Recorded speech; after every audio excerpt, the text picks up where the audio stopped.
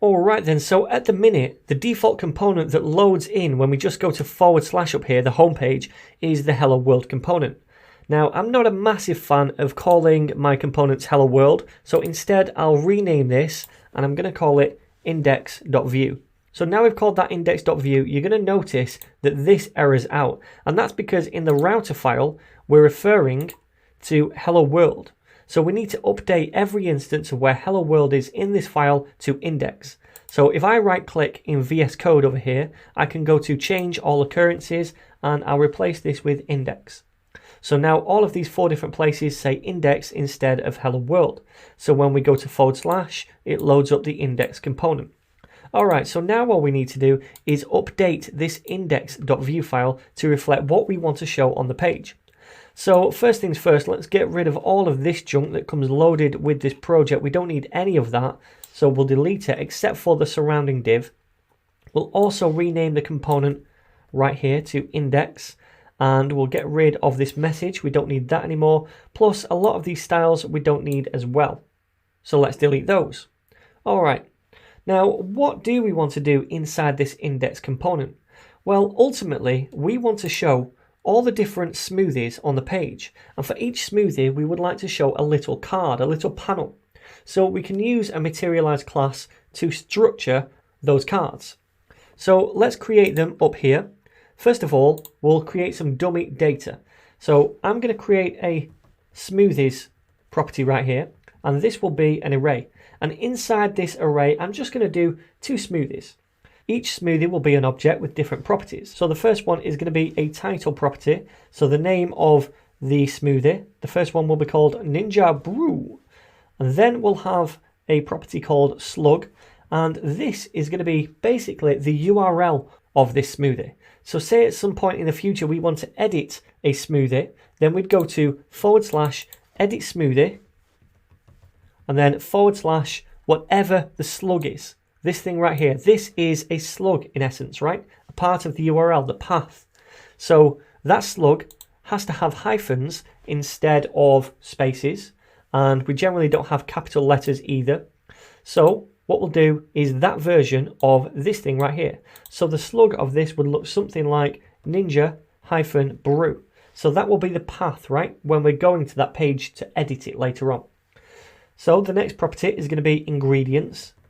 This will be an array as well. So inside this array, we'll have bananas, first of all. Then another ingredient will be coffee. Sounds like a weird smoothie, right? And the third one we'll just do as milk. Okay, so that's the ingredients. And a final property will be the ID, which we'll just give as 1. Okay, so there's the first smoothie object. The next one is going to have a title of morning mood, and then after that the slug will be morning -mood. The ingredients to this is going to be an array again, and inside this one we'll have a mango and also a lime, and then finally, I don't know, just some juice. And then the ID of this one is going to be 2 in a string. Alright, so we have a couple of different smoothies now, some dummy data if you like, so we can try outputting them to the screen. So how are we going to do this? Well, first of all, let's rename this thing right here to index, because it's not hello world anymore, it's an index component. Then I'm going to use a utility class called container, and container brings everything into a central column on the page so that it's not wide like this. It doesn't start over here and end over here, the content. It will now start and end in a central column on the page. Just looks a little nicer. So inside this, we'll do a div, and this is going to have a class of card. Again, this is a class by materialize, and it's going to put each of these divs in a card, which looks quite nice on a page. You'll see that in a minute. So we want to output a different card for each smoothie, right, that we have. So we'll do v4 to do that. We'll say v-4, and that's equal to smoothie in smoothies. So smoothies is our data, and I'm referring to each one as a smoothie each time we go around the data. Remember, we need a key property on here as well. So we'll do some data binding, which is : then key, and set it equal to the smoothie ID. That's why we have an ID down here. So we can access it now and place it in the key attribute, smoothie.id. Okay, cool. So now inside this, what do we need to do? Well, we want to output some content. We want to output the name of the smoothie and also the ingredients. So we'll say, first of all, a div with a class of card hyphen content. Again, a materialized class. So this is the content inside the card. And the content will be, first of all, an h2. And this will have a class of indigo hyphen text. This makes not the background indigo, but the text indigo. And we want to output the smoothie title. So in double curly braces, smoothie.title. Like so. All right, so underneath that, we then want to output the ingredients. So we'll do a UL tag, and this will have a class equal to ingredients. This is nothing to do with materialize. This is just our own class in case we need to style it up a little bit later on. Okay, so inside this, we want to output each of these different things down here, each ingredient. So when we want to cycle through something, we know, again, we need a v4. So we want to output an li tag for each one of these. So we'll do our v4 directive on the li tag. So li first of all, and then we'll say inside that v-4 is equal, and this is going to be equal to ingredient or ing in smoothie.ingredients. So does this make sense? We're grabbing the current smoothie that we're currently iterating through. That has an ingredients property, which is an array. So now we're saying we want to cycle through those, and each time around we refer to the item as ing, short for ingredients. Now remember, we need that key property, so some data binding, key, and set that equal to something. But we don't have an ID for each ingredient, so why don't we just use the index? We'll grab the index by surrounding this in parentheses and then adding on the index as the second parameter. So we can grab the index now of each of these items and place it into the key attribute by saying index. All right, so in each one of these li tags, we want to output that ingredient. So we'll output that in a span tag, and this will have a class of chip. Again, a class provided by Materialize to make it look like a little chip, and we'll see those in a minute. So in here, we'll output the single ingredient. So now let's save this and view this in a browser.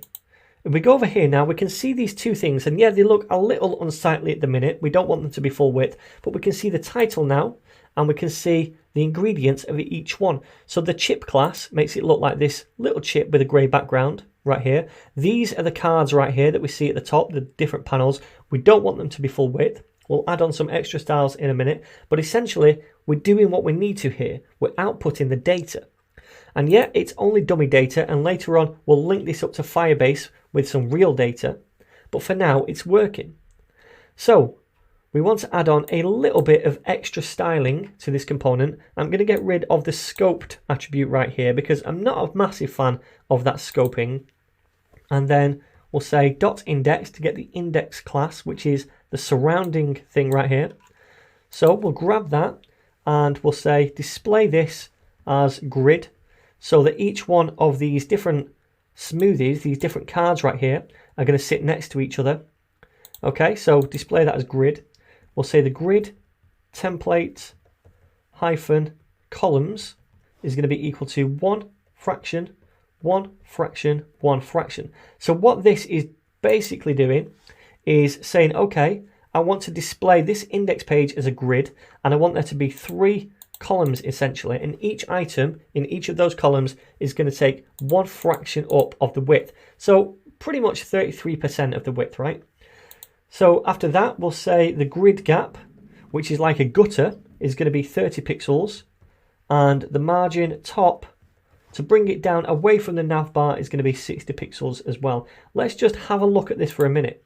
So if we refresh over here now, we can see that now they're sitting next to each other. They're not 100% because they're a third of the width, right? Each item is a third of the width. So we'll get 3 in total in one row, then it'll go to the next row and carry on.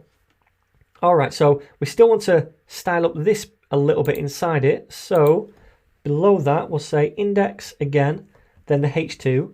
So I add this class in front of everything just to kind of scope it instead of using scoped up here. I think it's more efficient this way.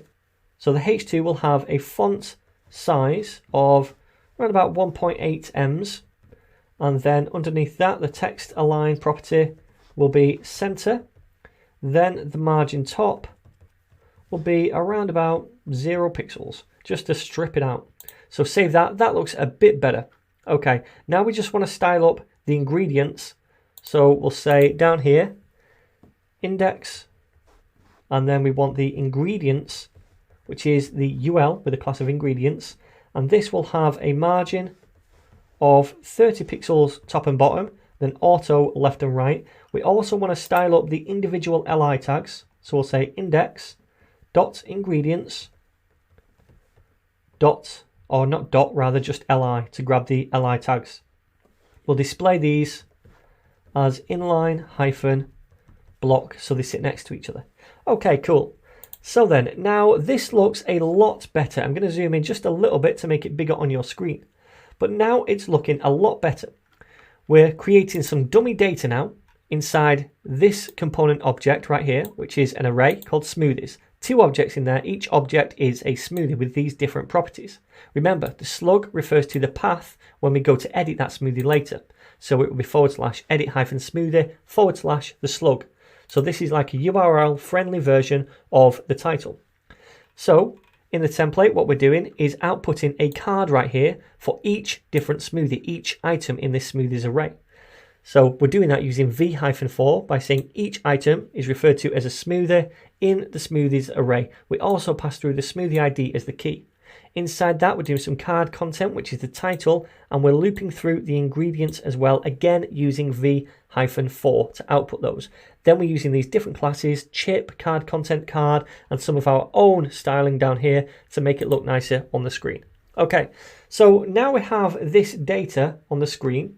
What I'd like to do is provide the user the option to be able to delete a smoothie and place a little trash can in the top right up here. So we'll have a look at that in the next video.